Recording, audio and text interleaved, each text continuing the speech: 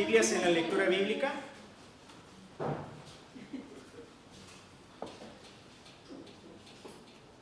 ¿Quién recuerda qué fue lo que vimos la semana antepasada? Hemos llevado varios tiempo hablando sobre el mismo tema, sobre Gálatas y el legalismo que se estaba viviendo en ellos. También sobre cómo los judaizantes estaban intentando cambiar la fe de Cristo por Cristo, la salvación a través de Él, más obras. Y esto era un tema muy recurrente en toda esa región. Había varios maestros que estaban intentando convertir a los gentiles en judíos, cuando esto no era así. Este no era el propósito de la salvación. Pero durante nuestro último estudio en Gálatas, vimos cómo se reunió un concilio para poder contrarrestar estas ideas. Este concilio se llevó a cabo en Jerusalén para poder hablar sobre la situación que se presentaba ante los nuevos creyentes o los neófitos que eran los gentiles. Los falsos maestros habían intentado convertirlos en una especie de judaísmo durante mucho tiempo y los apóstoles estaban tomando acción contra ello. Ellos querían que los creyentes se sujetaran a la esclavitud de la ley, pero Pablo, junto con los apóstoles y varias pruebas irrefutables, les hicieron ver que no era así. La salvación no era así. No era lo que uno podía hacer para llegar a Dios. Era lo que Dios hizo para llegar a nosotros. Y si usted piensa que la salvación depende de usted, de su decisión, pues lamentablemente no. La salvación viene por Dios. Quien hace que nosotros podamos llegar a ser salvos es el Espíritu Santo que nos llama. Es completamente de Dios. Esto ya venía desde antes de la fundación del mundo.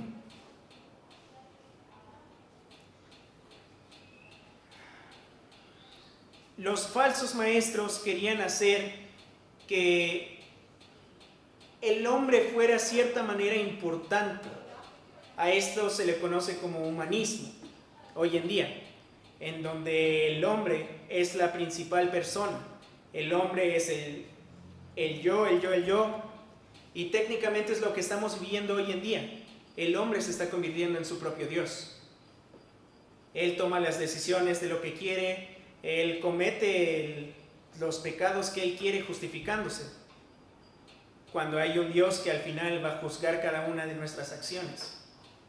Pero volviendo a nuestra lectura bíblica, en la siguiente sección, Pablo sigue relatando a la iglesia de Galacia sobre su experiencia después de los acontecimientos que pasaron en el concilio, comenzando con la aprobación de los apóstoles sobre su obra misionera, y también relata algo muy importante, una confrontación que tuvo con Pedro. Algo sumamente importante y que quiero que sea nuestro tema principal de esta predicación. ¿Por qué digo que es tan importante? Porque lamentablemente Pedro estaba cayendo en un mismo error, en el error de la hipocresía, un error tan peligroso que estaba separando a la iglesia de Antioquía, separándolo a tal punto que los judíos ya nada más estaban con los judíos y los gentiles se sentían menospreciados. Pablo tuvo que confrontarlo directamente, no se lo llevó a un cuartito aparte, no. Tuvo que enfrentarlo cara a cara en frente de toda la iglesia para poder parar esta hipocresía por parte de Pedro, comportándose de una manera con alguien y comportándose de otra manera con otras personas. Esto es lo que veremos hoy, pero primero vamos a orar. Bendito Padre y Señor nuestro, te damos las gracias porque tú nos permites estar aquí. Gracias porque eres bueno para con nosotros y nos permites ser libres de la esclavitud de la ley. Gracias porque toda la salvación depende de ti, mi Señor, y no de algo que yo pueda hacer, porque sabemos que lo que nosotros podemos hacer es insuficiente para lo que tú nos das, mi Señor. Gracias por haber mandado a tu Hijo a morir en la cruz, para así pagar este sacrificio perfecto que se necesitaba ser pagado. Gracias por todo lo que nos das y esto te pido en el nombre de Cristo Jesús. Amén. Vayamos a los versículos 7 y 8 de nuestra lectura. Recordemos que en los versículos anteriores, Pablo había dicho que no le importaba quién se hacía llamar grande o pequeño en la religión judaica. Y este era un problema muy evidente en toda la iglesia de esos días, en toda la iglesia primitiva. Los que eran maestros de la ley de la religión judaica se sentían muy superiores a los gentiles neófitos. Aquellos que no habían conocido nada de la ley. Aquel judío se sentía superior por haber tenido la palabra de Dios antes que los gentiles. Pero Pablo, en su sabiduría dada por el Espíritu Santo, les dijo que esto no era así. Que en la iglesia universal no había grande o pequeño. Que en el cuerpo de Cristo todos somos iguales. Todos tenemos una misma función: servir a los demás. Pero cabe recalcar que esta no es la primera vez que Pablo dice esto. Vayamos a Filipenses 3, 4 al 9. Filipenses 3, 4 al 9 para leer esta porción de la Escritura. Ya que en esta porción de la Escritura Pablo nos hace la misma confrontación con otros creyentes que se estaban sintiendo superiores en la iglesia de Filipos. Recordemos que Filipos era una ciudad donde había ocurrido una gran catástrofe. Un temblor tan fuerte que abrió las puertas de una cárcel y de lo más profundo de la cárcel. Ahí había ricos y pobres, judíos y gentiles. Ahora, muchos ricos se estaban sintiendo superiores a los pobres y los maestros de la ley superiores a los ricos y los pobres. Por lo tanto, Pablo en esta porción de la Escritura les dice que no hay nada de qué jactarse, y lo hace de una forma muy irónica, con un poco de sarcasmo. Vayamos a leerlo. Dice Filipenses 3, yo estoy en el 4, con razón. 3, 4 al 9. Aunque yo tengo también de qué confiar en la carne. Si alguno piensa que tienen que confiar en la carne, yo más. Circuncidado al 8º día, del linaje de Israel, de la tribu de Benjamín, hebreo de hebreos, en cuanto a la ley fariseo, en cuanto al celo perseguidor de la iglesia, en cuanto a justicia, en la ley irreprensible. Y la lista sigue y sigue y sigue. Aquí Pablo de forma sarcástica les estaba diciendo: ¿tú crees que tienes algo por decir que eres superior? Pues yo más. Yo fui esto, yo fui esto, yo fui esto, yo fui esto. Pero todo esto lo concluye en el versículo 9, en el versículo 7. Pero cuantas cosas eran para mi ganancia, las he estimado como pérdida por amor a Cristo. Si creían que todo esto era un motivo para jactarse, él lo reconocía como una pérdida. Él sabía que el Pablo que era fariseo, que el Pablo que conocía de la ley, que el Pablo que era superior a todos en un punto había muerto, o bueno, mejor dicho, el Saulo había muerto para dar paso a Pablo, una nueva criatura, una criatura igual a cualquier persona en la iglesia. ¿No era superior a aquel que había recibido a Cristo? ¿No era superior a Pedro? ¿No era inferior a Pedro, ni a Jacobo, ni a Juan? Todos tenían un mismo nivel. Y quien era superior a ellos era Cristo, como la cabeza de la iglesia.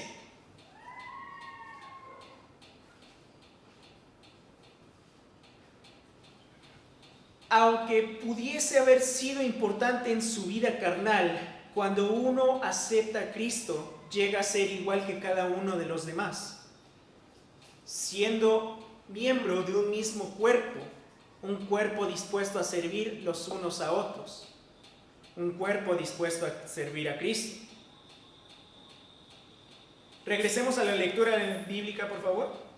Gálatas 2, del 7 al 9, si lo perdieron, 7 al 14.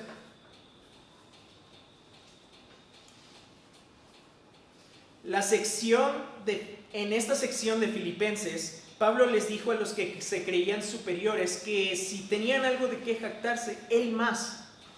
Pero como dije ya, todo esto era pérdida por amor a Cristo. Todos somos un cuerpo en Cristo, ya lo dije anteriormente.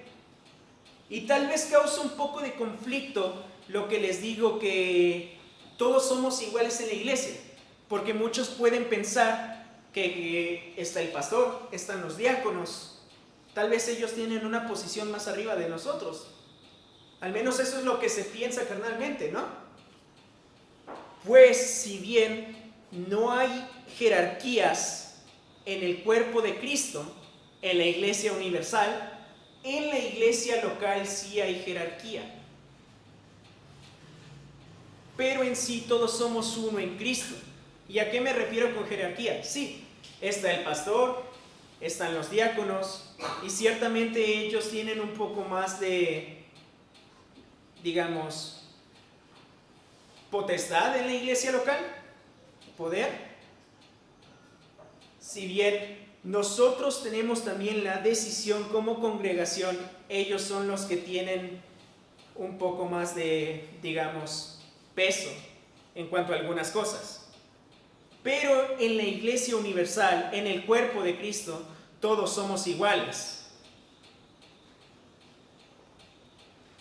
Pablo y Pedro eran iguales, tenían un mismo rango, no había distinción en ellos. No era el gran apóstol Pedro, el primer papa, y Pablo, el misionero. No, eran los dos apóstoles, Pedro y Pablo. Y esto se enfatiza más adelante.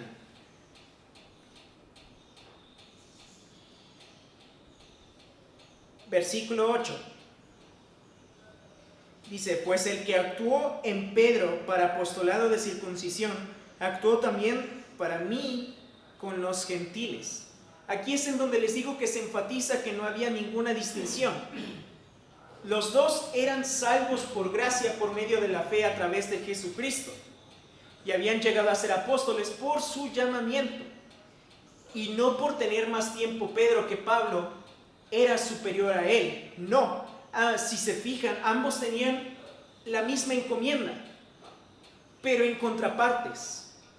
Mientras que Pablo iba a los gentiles, Pedro iba a los de la circuncisión, o sea, a los judíos. No había distinción entre ellos, era la misma encomienda, pero en diferentes partes.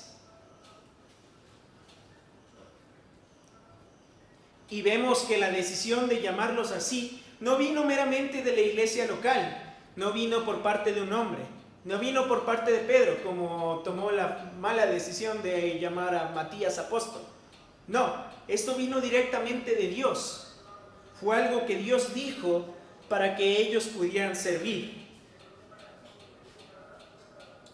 Sigamos en el versículo 9 y 10.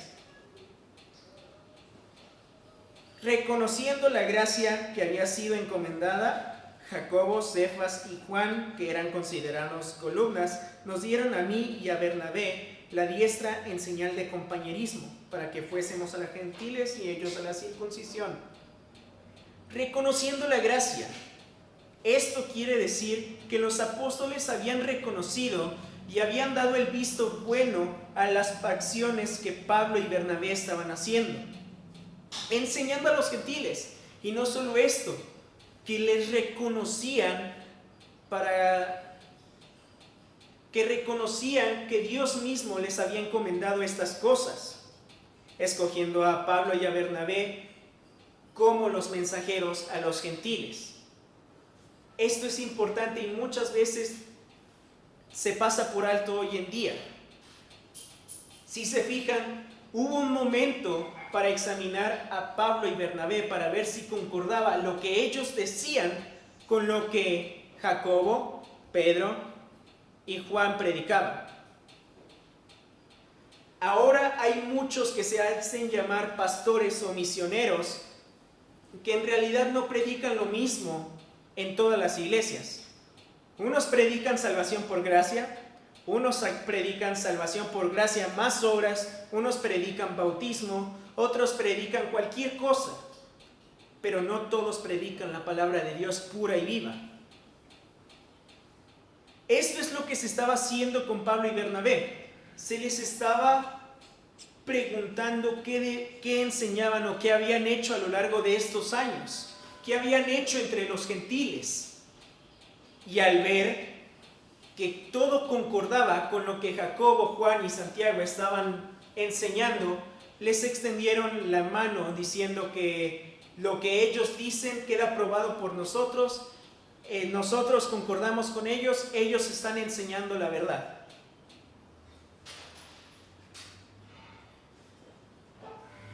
Notemos algo importante, algo curioso, que aquellos a los que se les consideraba columnas de la iglesia era aquel círculo íntimo que tenía Cristo en su ministerio terrenal, los cuales eran los hijos del trueno, Santiago o Jacobo, y su hermano Juan, aquel discípulo amado, y a Cefas, Pedro, quien negó 3 veces a Jesús. ¿Y por qué estoy recalcando sus faltas? Porque todos somos humanos. No porque ellos estaban en el círculo íntimo de Cristo, los hacía invulnerables al pecado. No porque ellos tuvieran un rango, una posición, les garantizaba que no iban a pecar. No, todos somos humanos, todos tenemos fallas, todos tenemos flaquezas, todos somos susceptibles al pecado, todos somos pecadores. Todos tenemos flaquezas, y esto hace que tanto el pastor como el diácono, como aquel que hace el aseo en la iglesia, tenga una falta, tenga faltas, tenga pecado, tenga problemas. Y esto es completamente humano. Somos pecadores salvos por gracia, y no por esto vamos a ser perfectos. El momento en el que dejemos de pecar y lleguemos a ser perfectos va a ser cuando Cristo nos reciba en gloria, cuando Él venga por sus santos. Es ahí cuando nosotros ya vamos a tener un cuerpo perfecto que no va a pecar. Pero hasta entonces todos tenemos flaquezas y debilidades, y todos vamos a tener caídas por igual. Ahora pasemos al dato de la diestra del compañerismo, o también llamada imposición de manos, algo que no muchos alcanzan a comprender, o algo que piensan que es algo más especial de lo que deberían pensar, porque esto nada más es una mera formalidad. La imposición de manos o extender la diestra, muchos piensan que es un ritual para reconocer, para darle poder a alguien de, no sé, sacar demonios, dicen los pentecostales, de hablar en lenguas, pero no. Esto nada más era un acto de reconocimiento para decir que tú estabas de acuerdo con lo que decían aquellos apóstoles. Y muchos falsos maestros no entienden esto. Es nada más un visto bueno, no es un ritual de poder, no es nada comparado, es solo decir que yo estoy de acuerdo contigo.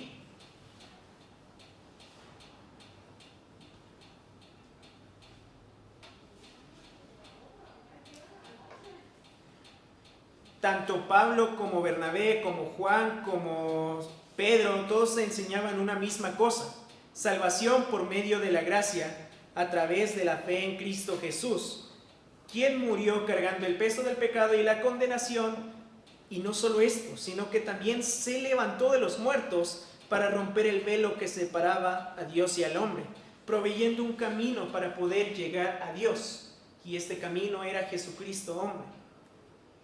Muchos falsos maestros estaban intentando hacer que la gente creyera que ellos no estaban de acuerdo, y aún hoy en día pasa esto. Muchos dicen que Santiago no enseñaba lo mismo de Pedro, en un punto muy importante. las obras. Mientras que Pablo dice que las obras son una forma de mostrar nuestra fe, Santiago a veces llegan a confundirlo diciendo que si no tienes obras no tienes fe, cuando en realidad no, es un mismo punto. Si tú eres salvo a través de Cristo, el Espíritu Santo te va a impulsar a mostrar esto a través de tus obras.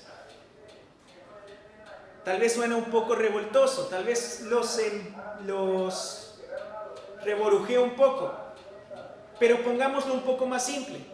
Soy salvo, voy a cambiar mi forma de actuar antes para poder demostrar que vengo a Cristo. Y esto no es porque yo intente hacerlo, sino porque el Espíritu Santo lo empuja. Este es el punto que estaban concordando. Con digamos, imposición de manos, extensión de diestra, estaban diciéndole a los falsos maestros que esto no era cierto, que ambos apóstoles estaban predicando lo mismo y que estaban de acuerdo con ello. Ahora, en el final del versículo, al final del versículo 7 creo que era, o más adelante, se nos dice que Pablo tuvo un nuevo mandamiento, aunque en realidad no era nuevo como tal, que era acordarse de los pobres. Pedro, Jacobo y Juan le recalcaron esto, acordarse de los pobres y necesitados de la familia de la fe. Pero Pablo, vemos que dice que él lo tenía muy presente. Lo tenía presente ya que si vemos en muchos de sus viajes, él tenía la necesidad de pedirle a la iglesia un poco de apoyo para que el evangelio siguiera extendiéndose. Pero en muchas de aquellas ocasiones, él prefirió no hacerlo y prefirió ponerse a trabajar haciendo sus tiendas para no hacerle carga a aquellos hermanos que estaban más necesitados. Un ejemplo de ellos son los filipenses. Recordemos que les dije que ellos habían sufrido una catástrofe muy fuerte, un temblor que derrumbó muchas casas. Estaban en suma pobreza. Pero Pablo no quería pedirles nada para los pobres, porque siendo sinceros, ellos estaban más pobres que los que estaban en Jerusalén. Pero aún así los hermanos de Filipos quisieron darle algo para los pobres para que el evangelio siguiera extendiéndose, mostrando así la gran consideración que la iglesia tenía por sus hermanos y que Pablo tenía por la iglesia. Versículos 11 y 12. Llegamos al punto importante, a lo que quería llegar, mejor dicho, porque toda la Biblia es importante. Dice la palabra de Dios: pero cuando Pedro vino a Antioquía, le resistí cara a cara, porque era de condenar. El gran apóstol Pedro, el primer papa, dicen los católicos, digno de condenar. ¿Cómo es esto posible? ¿Que no era un apóstol y ya no podía pecar? Pues no. Como dije antes, es humano. Y en esta porción, por querer congraciarse con algunas personas, estaba dividiendo la iglesia. Estaba causando que muchos hermanos se sintieran menospreciados. ¿Por qué? Pues veamos. Este versículo era el centro de la porción de la escritura al que yo quería llegar. La confrontación de Pablo hacia Pedro.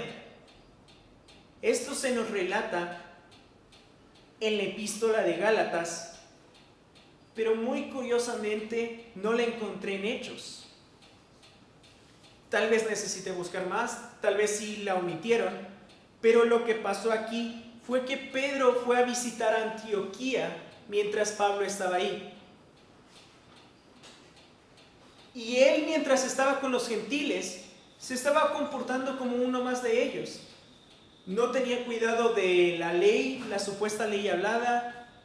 Era libre. Se estaba echando sus tacos de carnitas, estaba platicando con los gentiles, estaba todo bien, digámoslo así. Pero llegó un momento cuando hermanos de la iglesia de Jerusalén también fueron a Antioquía, que fue entonces cuando Pedro se apartó de los gentiles, se juntó con los judíos y empezó a hacer todas sus prácticas otra vez. ¿Y está mal hacer esto? Pues sí y no. El problema principal aquí era que se estaba menospreciando a los gentiles. Nosotros sabemos sobre la kenosis, que es en términos simples, dejar de hacer algo por amor a tu hermano, porque sabes que le puede ser tropiezo para él. Poniéndolo así, vemos que Pedro, en su inocencia, digámoslo así, para no ser tropezadero de los judíos, empezó a comportarse como ellos.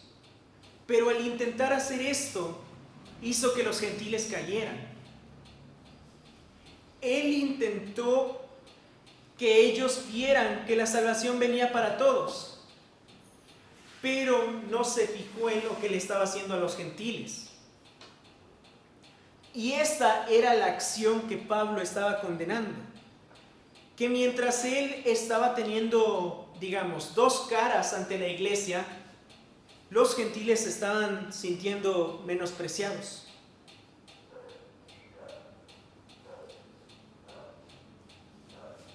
Y como dije, tal vez Pedro no se había dado cuenta, pero aún con este pequeño asunto se estaba haciendo una gran división. Vemos que en el versículo 12 se habla más acerca del asunto y habla cómo situación tuvo que controlar la situación, que Pablo tuvo que controlar la situación y cómo tuvo que reprender a Pedro por lo que estaba haciendo. Dice así: pues antes que viniesen algunos de Jerusalén, o sea, de parte de Jacobo, comía con los gentiles, pero después que se vieron, se retraía y se apartaba, porque tenía miedo de los de la circuncisión. Aquí Pedro no estaba haciendo algo por amor a sus hermanos que no comprendían la libertad en Cristo. Aquí Pedro estaba haciendo algo por temor al que dirán los hermanos de Jerusalén. Aquí fue donde hubo un error en Pedro. Se estaba concentrando más en el qué dirán a lo que podía ser de edificación a los hermanos. Y como vimos, estamos aquí para servir a nuestros hermanos, para edificarlos, no para traerlos abajo. Cuando estaba entre gentiles, tenía compañerismo con los gentiles. Cuando llegaron los judíos, los de Jerusalén, se apartó totalmente y se retraía. Sabemos que los judíos creían que era pecado estar con los gentiles porque ellos eran inmundos.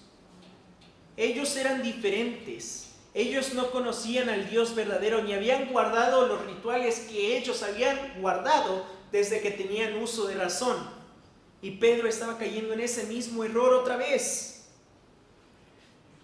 La misma boca que dijo que Dios no hacía acepción de personas en Hechos, cuando Cornelio fue salvo, era la misma boca que se estaba retrayendo de los gentiles y apartándose porque habían venido los hermanos de Jerusalén.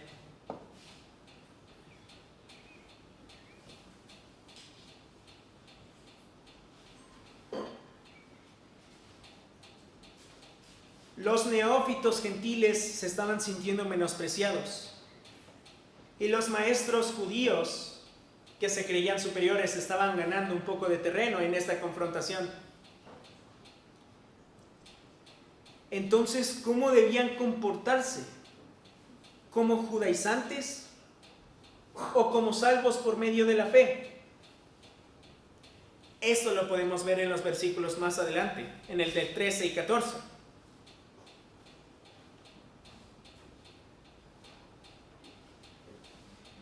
Y en su simulación participaban también los otros judíos, de manera que aún Bernabé fue arrastrado por la hipocresía de ellos. Pero cuando vi que no andaban rectamente conforme a la verdad del Evangelio, dije a Pedro delante de todos: si tú, siendo judío, vives como los gentiles y no como judío, ¿por qué obligas a los gentiles a judaizar? Y aquí está la confrontación directa. Tal vez Pablo aguantó un momento, tal vez hubo ciertos instantes donde dijo, bueno, pues tal vez lo está haciendo por kenosis, tal vez lo está haciendo por otras razones. Pero cuando su hipocresía empezó a arrastrar a más gente de la iglesia, haciendo que de verdad se empezara a dividir más fuertemente, que aún Bernabé, su compañero de milicia, aquel que también fue escogido como misionero y apóstol a los gentiles, estaba cayendo en su mismo error, en su misma hipocresía.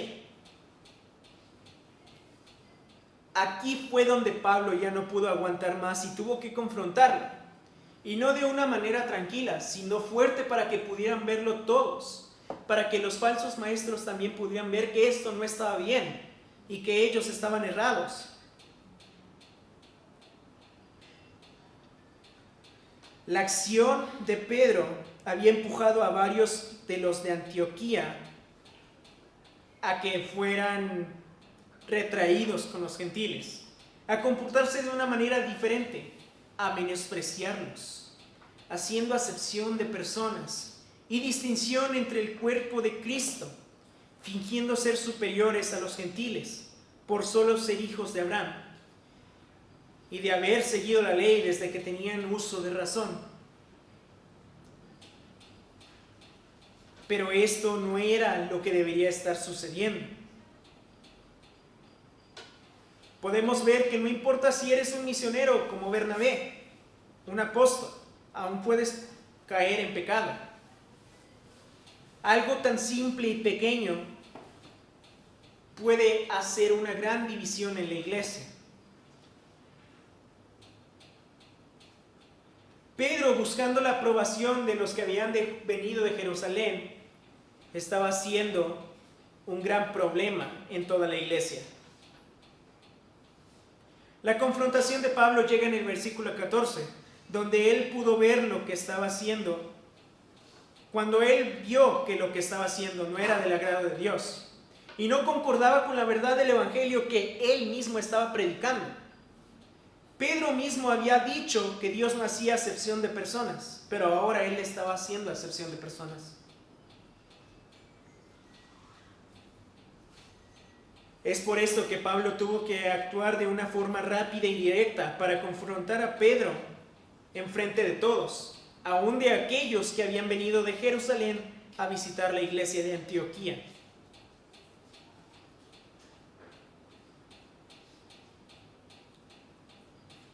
Ahora, el problema y la forma en la que lo confrontó Pablo no fue endulzándole todo, sino fue directa.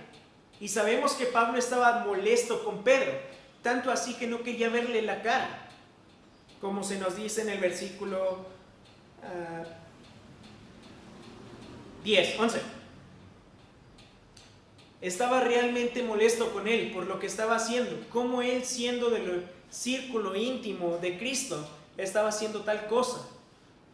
Él mismo había estado entre samaritanos, entre publicanos y entre gente del bajo mundo, pero estaba haciendo una distinción entre ellos y los gentiles. O sea que los gentiles eran mucho peor que lo que ellos llamaban impuro.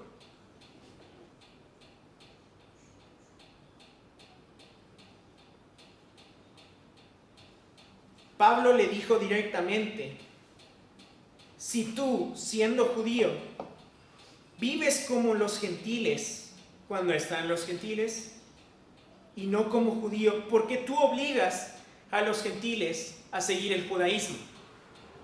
¿Por qué si mientras no estaban los que venían de la iglesia de Jerusalén, te estabas comportando como los gentiles? Te estabas sintiéndote libre. Pero cuando llegaron los judíos, tú intentas hacer que los gentiles empiecen a judaizar. Este era el gran error de Pedro en este momento. Estaba dividiendo el cuerpo de Cristo con una pequeña acción y no estaba haciendo que el cuerpo de Cristo habitara junto en armonía, como se nos dice en Salmos. El cuerpo de Cristo debe estar en armonía para poder trabajar de una manera óptima, así como la maquinaria de un reloj.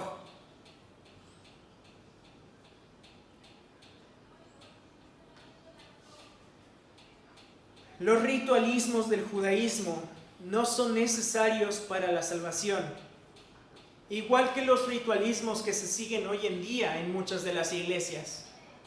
La salvación viene meramente por gracia en el Señor Jesucristo, no por algo que nosotros podamos hacer. Nada de lo que nosotros hagamos en nuestra carne nos va a acercar a Dios. Solamente Dios a través de sí mismo nos puede acercar a Él.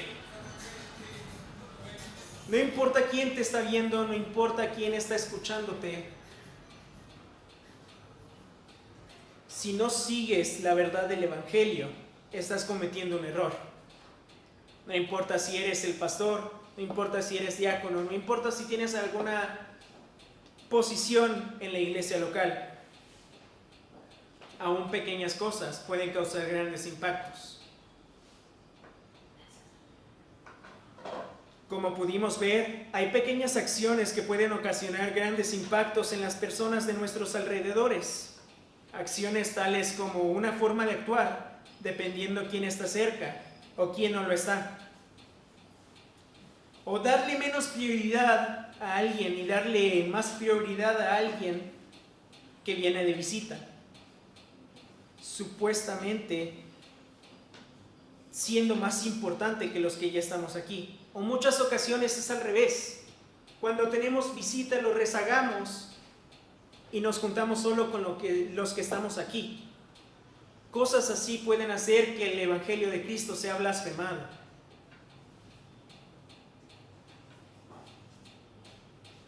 Así que, hermanos, los impulso a que no hagamos acepción de personas, no importando su clase social, nivel académico, raza o color de piel. Cristo murió por todos y la salvación está abierta para todos. No seamos como aquel Pedro que buscó la aceptación de algunas personas, predicando el Evangelio,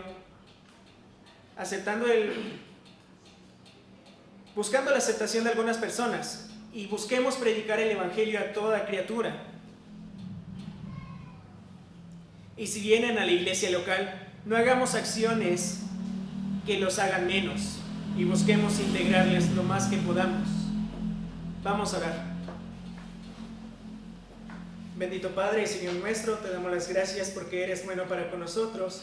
Gracias porque tú nos salvaste, mi Señor, y porque no por ser mexicanos no nos podemos acercar a ti. Gracias porque la salvación está abierta para todos y gracias por todo lo que nos das. En el nombre de Cristo Jesús. Amén.